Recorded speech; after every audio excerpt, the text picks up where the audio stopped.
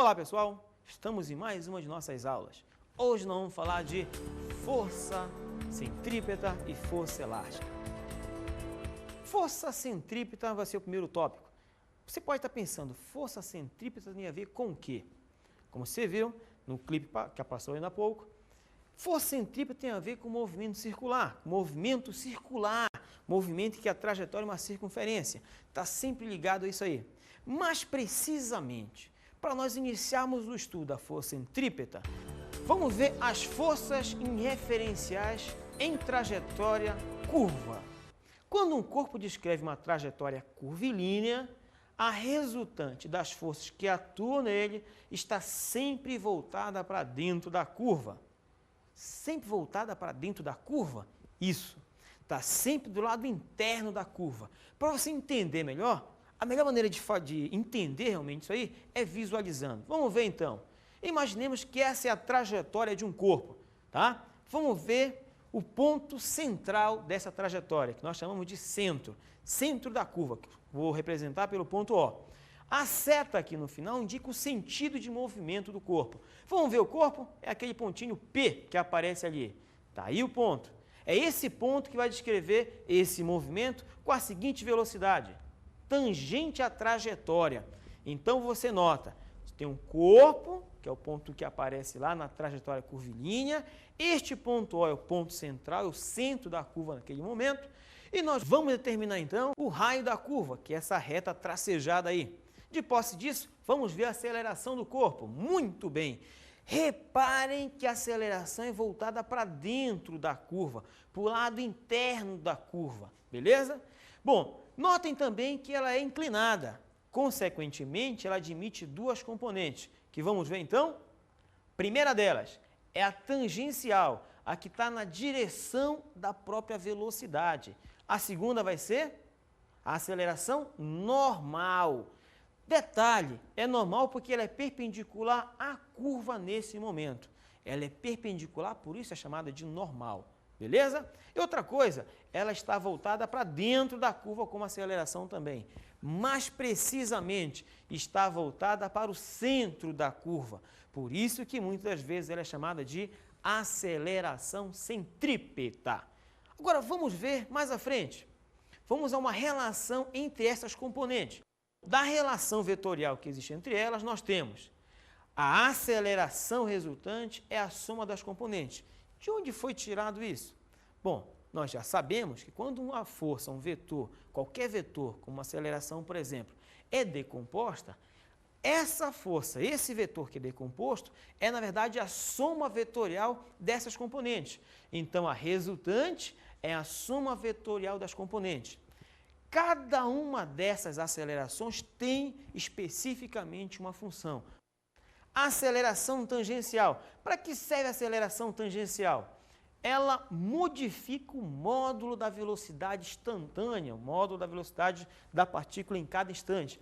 Essa aceleração tangencial é aquela mesma que aparece na função horária da velocidade no movimento uniformemente variado, por exemplo, ou que aparece na equação de Torricelli. É essa aceleração que modifica o valor da velocidade, é que é a nossa aceleração tangencial, ou componente tangencial. Vamos ver a próxima. Aceleração normal, ou também chamada centrípeta, guarda bem isso. Para que ela serve? Ela modifica a direção da velocidade instantânea. Quando um corpo descreve uma curva, nós já sabemos que a velocidade modifica de direção. Como é que modifica a direção? É porque a velocidade é sempre tangente à trajetória. Consequentemente, como a trajetória é curvilínea, as tangentes são diferentes. Isso implica dizer, então, que à medida que o corpo se movimenta, a velocidade vai tomando direções diferentes. É exatamente isso. Vamos ver um caso como esse. Vamos ver um trecho de um filme, do filme 60 segundos, que mostra especificamente isso. Vamos lá?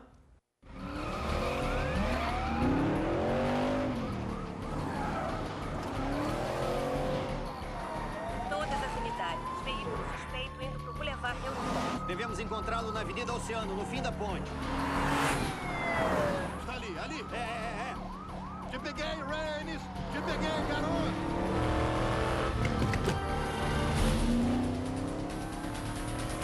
Deixa eu passar.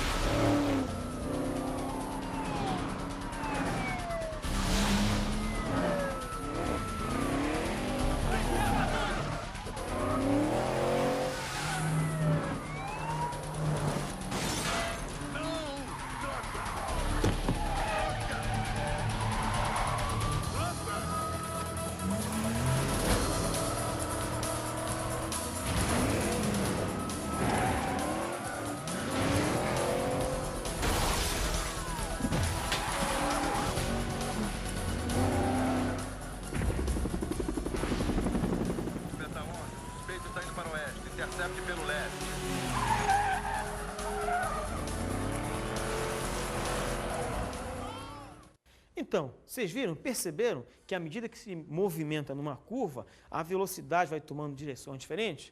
Porque a própria trajetória vai tomando tangentes diferentes. Vamos falar um pouco agora sobre as características da componente normal ou centrípeta. Primeiro, direção e sentido.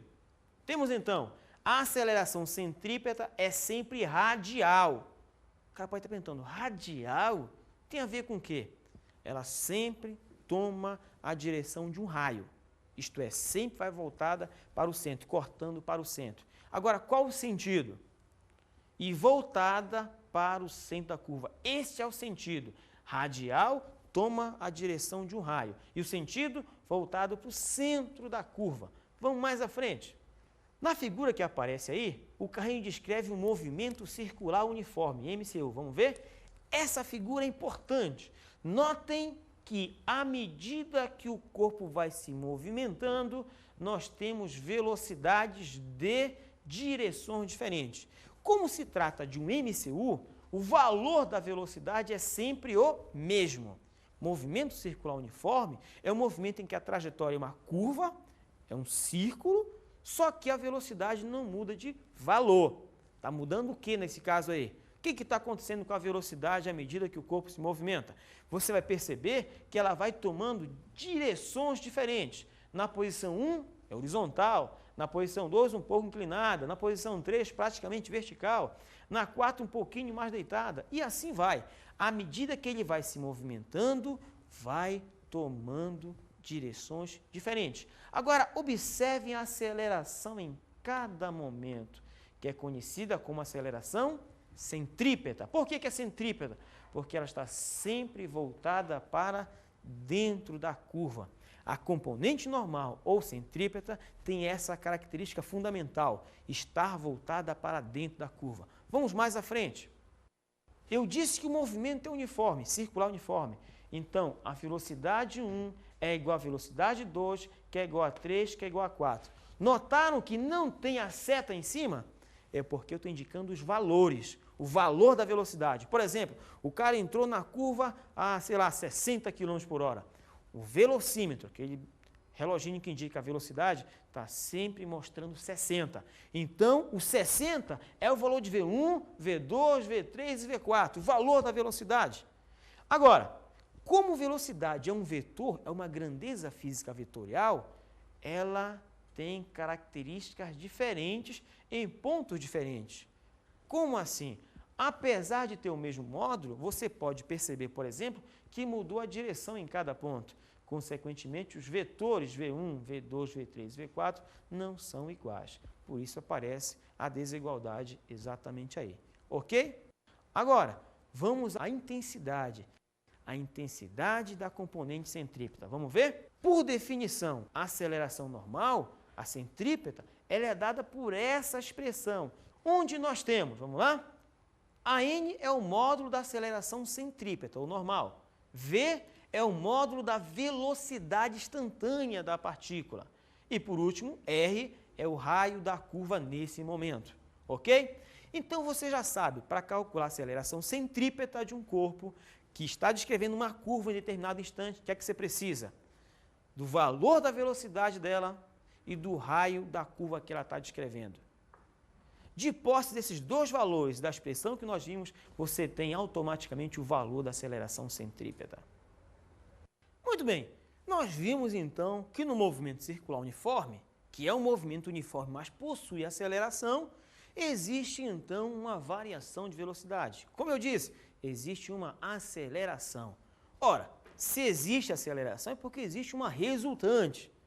Se você tem uma resultante num corpo, eu posso fazer o quê? Eu posso utilizar as leis de Newton. Então, vamos fazer uma aplicação. Uma aplicação de quem? Da segunda lei de Newton numa curva. Vamos ver como é que fica? Na segunda lei de Newton, tem-se resultante igual a massa vezes aceleração. Esta é a segunda lei. Vamos ver para as componentes. Para as componentes tem-se o quê? Primeiro, força tangencial ou resultante tangencial, é massa vezes aceleração tangencial. Só lembrando, a resultante normal vai ser quem então? Massa vezes aceleração normal. Uma coisa importante, eu apliquei a segunda lei de Newton para as duas componentes. E vou lembrar o seguinte, vamos ver? Nós vamos lembrar que a aceleração resultante é a soma da tangencial com a normal. Então, lembrando dessa relação de acelerações, o que é que eu posso obter?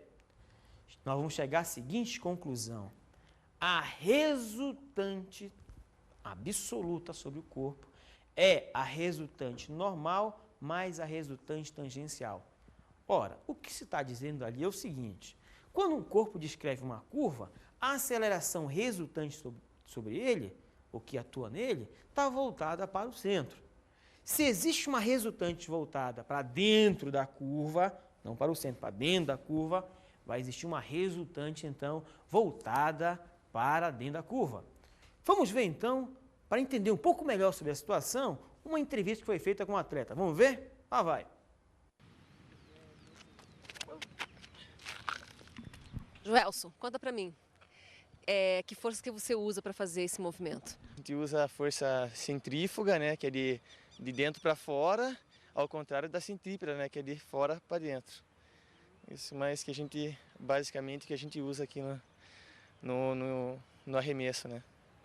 E bastante força física, né? Com certeza, né, força explosiva, muito treinamento, né, técnica. Não adianta só ter força sem ter a técnica. Não adianta um levantamento, um arremesso, um atleta que levanta peso, lá 500 quilos, queria arremessar, que não, se não tiver a técnica não vai conseguir, né, ter a mesma performance que um atleta específico do arremesso.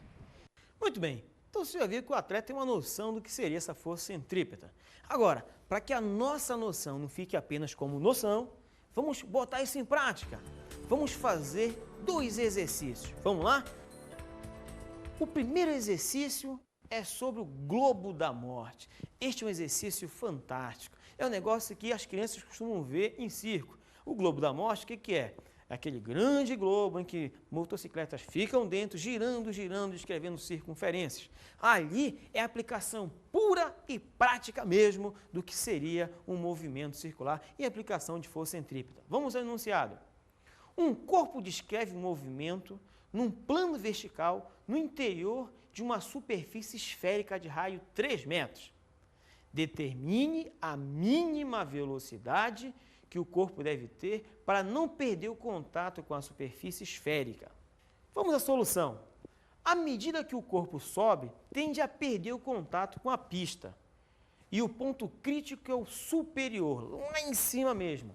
Tomando o corpo nessa posição superior, temos que atuam nele o peso e a normal. O peso eu chamo de P, a normal eu chamo de N, que dão a resultante centrípeta sobre esse corpo. Vamos ver a figura.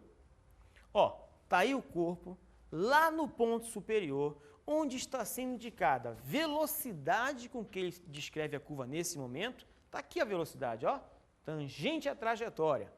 Estão indicados também peso vertical para baixo e a força normal também vertical para baixo. Notem, a normal é do apoio, do contato sobre o motociclista. Não esquece disso. Reparem que não colocamos as setas em cima das forças. Por quê? Porque queremos representar aqui apenas o valor dessas forças, só a intensidade delas. Bom, nós já sabemos, né, que essas duas forças geram essa resultante centrípeta. Ora, se a resultante existe aqui, porque vai existir uma aceleração centrípeta. Agora, como é que se calcula a resultante centrípeta? Bom, como as duas forças apontam para o mesmo sentido, a força centrípeta é a soma de N mais P. Duas voltadas para o mesmo lado, a resultante é a soma delas. Como é que fica então? Da segunda lei de Newton aplicada ao corpo, nós temos resultante centrípeta é massa vezes aceleração. Mas quem é a resultante mesmo? Eu disse que a resultante centrípeta é N mais P, normal mais peso, igual a massa vezes aceleração centrípeta, que nós já sabemos. A aceleração centrípeta quem é? V² sobre R. Daí, olha o que é que nós temos. À medida que decresce a velocidade, também diminui a força centrípeta, a força de contato N, pois o peso, a massa e o R são literalmente constantes. Ora, a velocidade mínima para se fazer a curva ocorre exatamente quando a normal é igual a zero.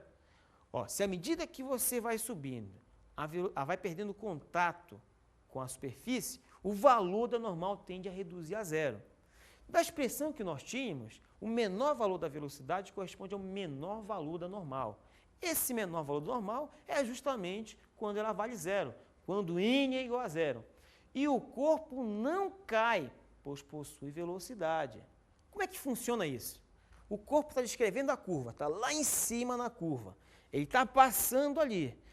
O que está acontecendo, na verdade, é que ele está em contato com a superfície, só não está exercendo esforço, não está empurrando a superfície. Consequentemente, não recebe força da superfície também. Apesar de existir o contato, não tem o esforço. É isso que torna a contato, a força normal, aliás, igual a zero. E nesse ponto, o que é que nós temos? A velocidade é mínima quando o normal é zero. Você pode ler exatamente assim, ó. A velocidade é mínima quando a normal for nula. Qual o resultado disso, então? Voltando à expressão anterior, o que é que nós temos? Normal zero e mais peso igual a massa, velocidade mínima ao quadrado sobre o raio. Ora, lembrando que o peso é massa vezes a gravidade, eu vou substituir e obter mg igual a mv quadrado sobre r. Se eu simplificar o m e jogar o r para lá, o que é que eu tenho? Que a gravidade é v quadrado sobre r, resultando então, v quadrado é rg, ora, v mínimo ao quadrado é r vezes g. Se eu quiser a velocidade mínima, o que é que eu faço? Vou tirar a raiz quadrada, vamos ver? Velocidade mínima, então, é raiz quadrada de r vezes g. Nós conhecemos o raio, foi dado. Nós conhecemos também a gravidade, é uma característica do problema. Se você conhece cada um desses valores, você tem condição de determinar qual o valor mínimo dessa velocidade. Vamos substituir os resultados, vamos ver? Nós tínhamos que aqui era r. O valor de r foi dado, vale 3. A gravidade vale 10. Isso dá raiz quadrada de 30. O que vai dar, então? 5,5 metros por segundo. Na verdade, aproximadamente 5,5.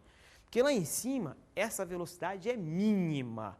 Ele está passando, está esbarrando, tem contato, mas não tem esforço. Esse é o menor valor de velocidade para que ele não caia dali, ok? Vamos mais à frente, então. Segundo exercício é o pêndulo cônico. Esse também é um dos clássicos e um dos mais difíceis quando cai em vestibular. Como é que é a situação? Vamos ver? Uma massa M está presa a um fio inextensível e de peso desprezível e gira num plano horizontal, constituindo um pêndulo cônico. Se o comprimento do fio é 3 metros e o ângulo que o fio forma com a vertical é 60 graus, θ igual a 60 no caso, determine a velocidade angular, que eu vou chamar de ômega, de rotação da massa M. Vamos à solução? Bom, para você entender, olha a figura que determina, que mostra, que esclarece o que é o pêndulo cônico. É o seguinte, o pêndulo é este fio ligado a uma bolinha embaixo. Isso é um pêndulo. Quando ele descreve um movimento tal que a sua trajetória é uma circunferência em torno de um eixo vertical, você tem um pêndulo cônico. Você tem as características. Θ é o ângulo com a direção vertical. Está aqui. L é o comprimento do fio. Foi dado também, no caso vale 3 metros. M é a massa e ômega é a velocidade angular. Vamos à solução, então? Na massa pendular atuam o peso e a tração. Essas duas forças são as que realmente atuam no corpo, sendo que a resultante centrípeta é a soma de peso mais tração. Essa é a resultante centrípeta. Na verdade, é a soma vetorial dessas grandezas. Então, nas figuras são mostradas as forças atuantes. Vamos ver? Olha como está bonito. Na verdade, eu botei aqui apenas os módulos, sem a setinha para indicar o módulo de cada uma das forças. Você tem, então, peso vertical para baixo, tração ao longo do fio E a resultante dessas duas é a centrípeta. Por que ela é centrípeta? Por justamente estar voltada para o centro da trajetória, que é uma circunferência. Aí você lembra, a aceleração centrípeta não é v² sobre r? É. Como isso aqui vai ser um movimento circular uniforme, o v² sobre r é a mesma coisa que ω² r. Só pelo fato disto aqui ser um movimento circular uniforme. A trajetória descrita é uma circunferência e a velocidade é constante. Logo, o que é que você tem? Da segunda lei de Newton novamente. Você vai fazer resultante centrípeta, continua sendo massa, vezes aceleração. É sempre isso. Observando o triângulo das forças, para relacioná-las, olha o que é que nós temos. No triângulo das forças, eu tenho peso vertical para baixo, tração e a centrípeta. Este ângulo, tá? Θ, é justamente igual ao de cima. Por quê? Porque se eu pegar o peso vertical e botar para cá, em que eu fechar o triângulo das forças, o peso, como eu falei, é vertical. Essa reta também. Essa tração está na direção do fio. Então, este ângulo e este aqui são correspondentes. Logo, eles vão ser iguais. Qual a relação entre as forças, então? A relação é a seguinte. A tangente de θ vai ser exatamente igual à força centrípeta dividido pelo peso. Tangente, cateto oposto pelo cateto adjacente. Se eu tirar a centrípeta, fica como? Que a centrípeta é m ω² r. Lembra que a centrípeta é massa vezes a aceleração centrípeta. E o peso é mg. Simplificando, o que é que resulta? Que a tangente θ é ω² sobre rg. Nós conhecemos essas grandezas, consequentemente, dá para calcular os valores. O cálculo do raio é feito a partir do triângulo. Que triângulo é esse?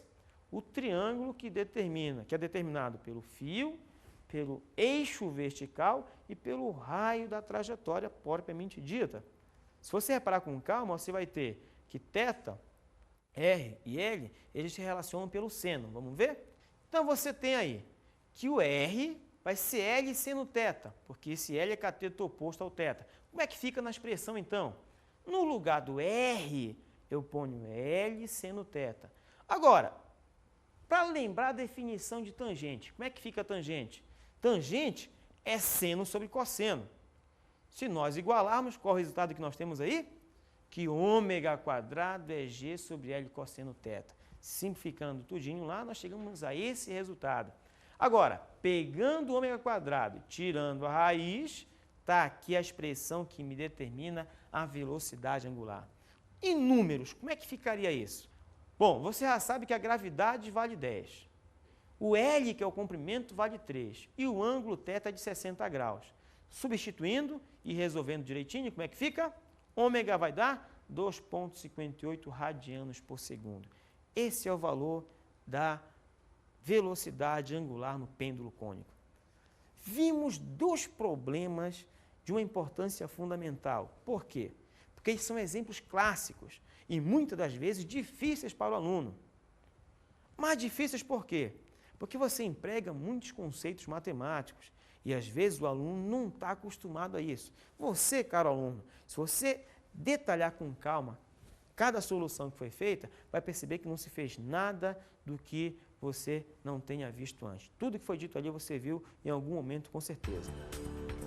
Nós vamos ver agora o quê? Força elástica.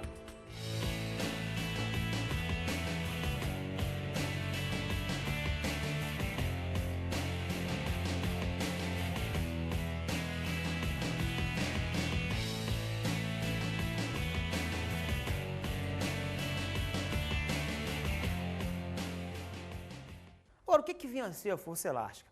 Bom, a ideia é que, em geral, todos os corpos eles são deformáveis. A força elástica é a força que rege essas deformações. Quem estudou muito isso foi um cara chamado Robert Hooke. Existe até uma lei, na verdade, que determina tudo isso, que é a lei de Hooke. Vamos ler? É constante a razão entre a intensidade da força aplicada numa mola e a deformação que ela experimenta. Como é que é isso? Você tem uma mola, aplica uma força. Se você duplicar a força, duplica a deformação. É isso que diz a lei de Hooke. Olha essa figura que aparece aqui, por exemplo. nós temos aí a mola na situação inicial. Ela está literalmente no estado normal. O que é estado normal? Ela não está nem esticada e nem comprimida. Se diz que ela está no comprimento natural, sem deformação. Agora, o que eu vou fazer então? Nós vamos pegar esta mola e deformá-la de um valor, ΔX. Para deformá-la, é preciso aplicar uma força. A lei de Hooke diz que esta força é proporcional à deformação. Matematicamente, como é que fica? A força é proporcional à deformação. Quando se diz isso, é porque o quociente das duas grandezas é uma constante. É uma constante, esse K que aparece aqui é uma constante. Então, matematicamente, o que é que eu posso fazer? Está dividindo, passa multiplicando. Ou então eu escrevo F igual a K vezes ΔX. A força diretamente proporcional à deformação. Notaram que apareceu uma constante, né? Quem é essa constante? Vamos ver? Essa é a constante de proporcionalidade, que é o K. Ela é uma característica da mola, tá? Denomina-se, em geral, constante elástica da mola. Então, essa propriedadezinha lá, esticar, é uma propriedade mesmo, uma propriedade física da mola. Ela especifica, em geral, o quanto é difícil esticar ou comprimir uma mola. Então, por exemplo, suponha que você tem uma mola cuja constante elástica vale 10 newtons por metro. Significa o quê?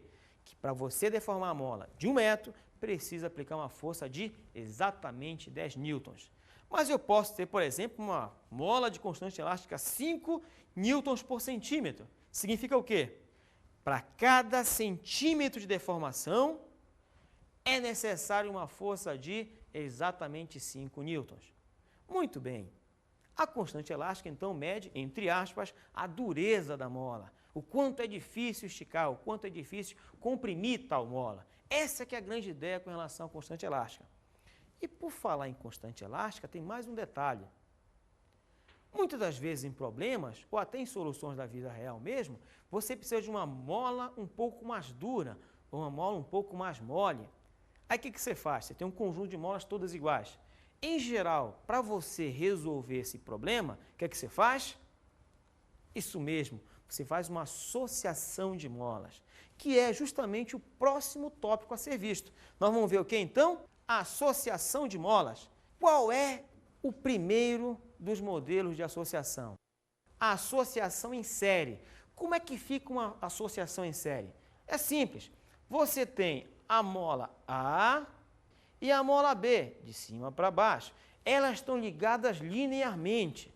Isto é uma associação em série, quando a extremidade de uma já coincide com a extremidade da outra. Isto é uma associação em série.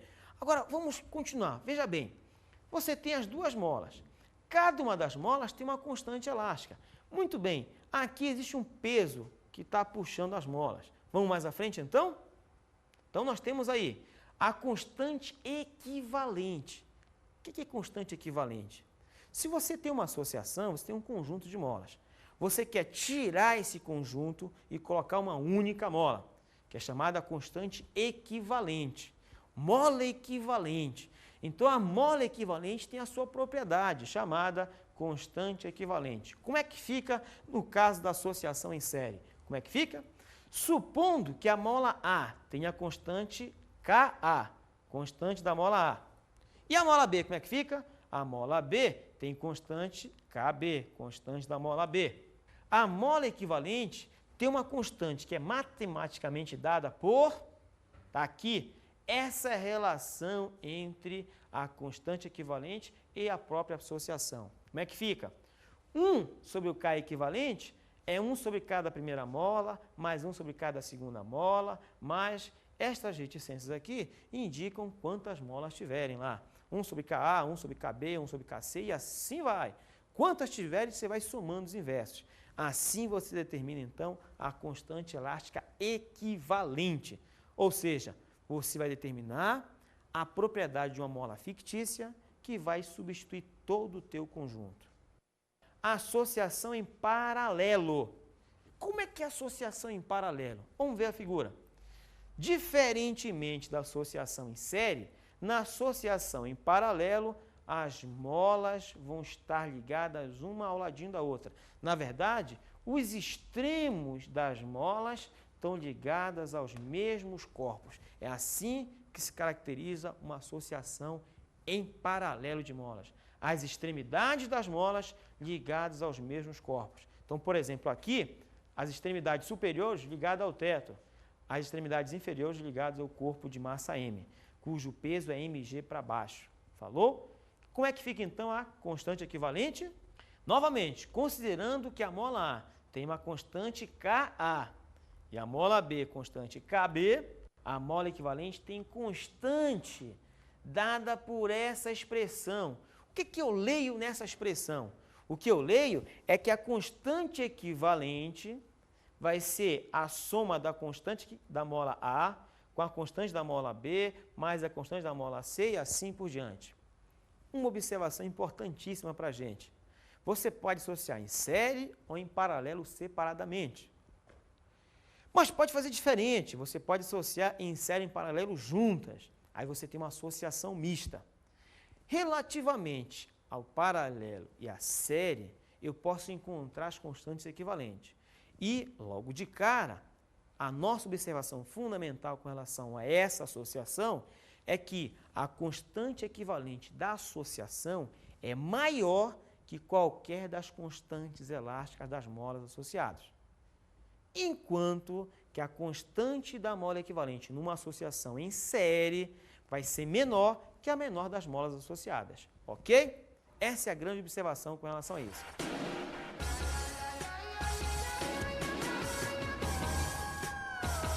Muito bem, caro amigo, você, aluno, tem que detalhar com muito cuidado cada um dos conceitos de força centrípeta e força elástica. São propriedades fundamentais, são leis fundamentais que aparecem em qualquer prova, inclusive de vestibular. Os conceitos eles são únicos.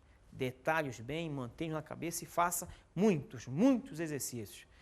Pegue o material didático, dê uma lida, tem muita coisa a se aprender também lá, ok? Bom, por hoje é só, um forte abraço, até um próximo encontro então.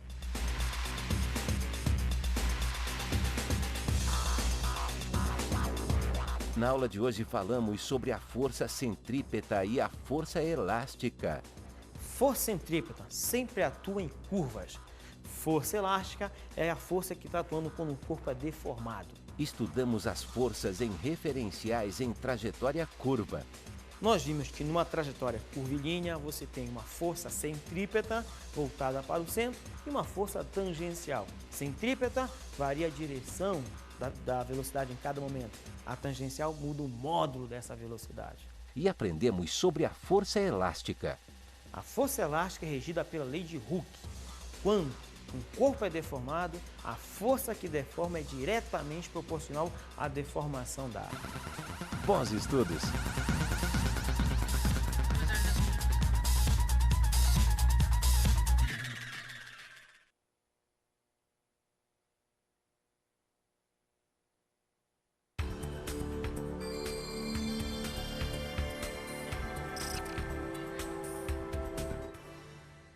Caro amigo, você professor, esse é um assunto que requer muito cuidado do aluno e um conhecimento muito profundo de decomposição de forças, de vetores, coisa que vocês já viram.